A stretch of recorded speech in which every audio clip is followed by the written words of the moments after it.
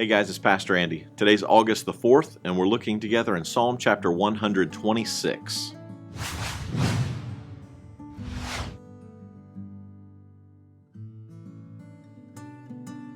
Psalm 126 is a neat chapter because it's all about new beginnings.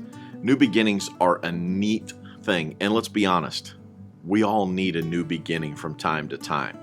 Things can happen to us, we can fall, we can get distracted, and we need that fresh start. And that's what happened here for the nation of Israel. This was written as they were coming out of one of the captivities of Babylon.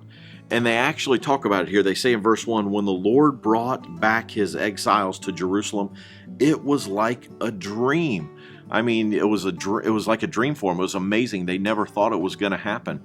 And it made me think, you know what? If we can explain what's happening, God didn't do it. If it's not like a dream, if it's not like, holy cow, how in the world, then it's not God. We can't figure him out, and we can't plan him, and we can't do all these things. If it's him, there's no way we're going to be able to explain it or plan it or do anything with it. Verse 2, we were filled with laughter. We sang for joy, and other nations said, I mean, they're excited. They're singing, they're rejoicing. And even the people around them, the people who were not believers, not God's chosen people, said, what amazing things the Lord has done for them. This was a huge testimony to the people who were around the nation of Israel. And when God gives us a fresh new beginning, it's going to be obvious because things are going to change in our life. This is like a rededication almost. And it's going to be obvious to people around us, which means our life is going to change with a new beginning. It's going to be visible. And people are going to say, what is this that God has done for them? If they're not saying God did it, then there's a problem. We need to be pointing everything to him. So it's going to be obvious when God gets involved, even to people who are not believers. Yes, the Lord has done amazing things for us. What joy. So he's talking about here with these new beginnings. Within them, there's this new joy of freedom. Then in verse 4, he says, he's basically saying that around them, there's the promise of life. He said, restore our fortunes, Lord, as streams renew in the desert. They needed the streams. They needed the water. Water brought the crops, and they needed that for livestock. So they needed these streams, this promise of life. And then down from verse 5 and 6 talks about before us the challenge of work. There is always going to be work when we have a new beginning.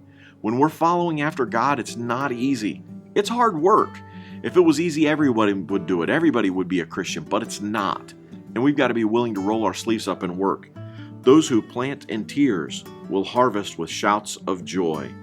They weep as they go to plant their seed, but they sing as they return with the harvest. Yeah, it's tough. It's hard work, but it will be worth it if we don't quit.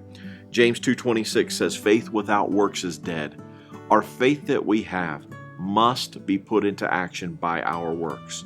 We don't work in order to get faith, in order to be saved. We work because we are saved. It comes out, it's a natural byproduct of the life of a believer. So I hope you will look at this chapter. You'll see that when we get these new beginnings, it's like an exciting new thing, and people are going to notice. God is going to be lifted up in a new beginning. And if you need a new beginning today, if you need a fresh start today, come to God and ask him for it, and he will give it to you. The Bible says we have not because we ask not. We need to ask God for a fresh start and a new beginning, and he'll give it to us and allow us to have a new start for him, a rededication of our life, a new, fresh, exciting start for him. And when we do that, we need to be excited about it. It needs to be something that's visible for others to see. He's going to hold his promises, and we need to hold him to his promises. We need to ask for those promises.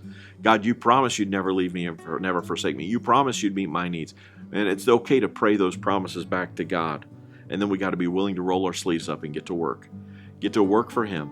Work, for the night is coming when man can work no more. There's going to be a day when we're not going to be able to share our faith with anybody anymore. So while we have the opportunity, let's take advantage of it. Let's roll our sleeves up and let's get to work for Jesus. So I hope you get in this chapter, read it for yourself, and see what God has for you. And until tomorrow, God bless you and have a great day.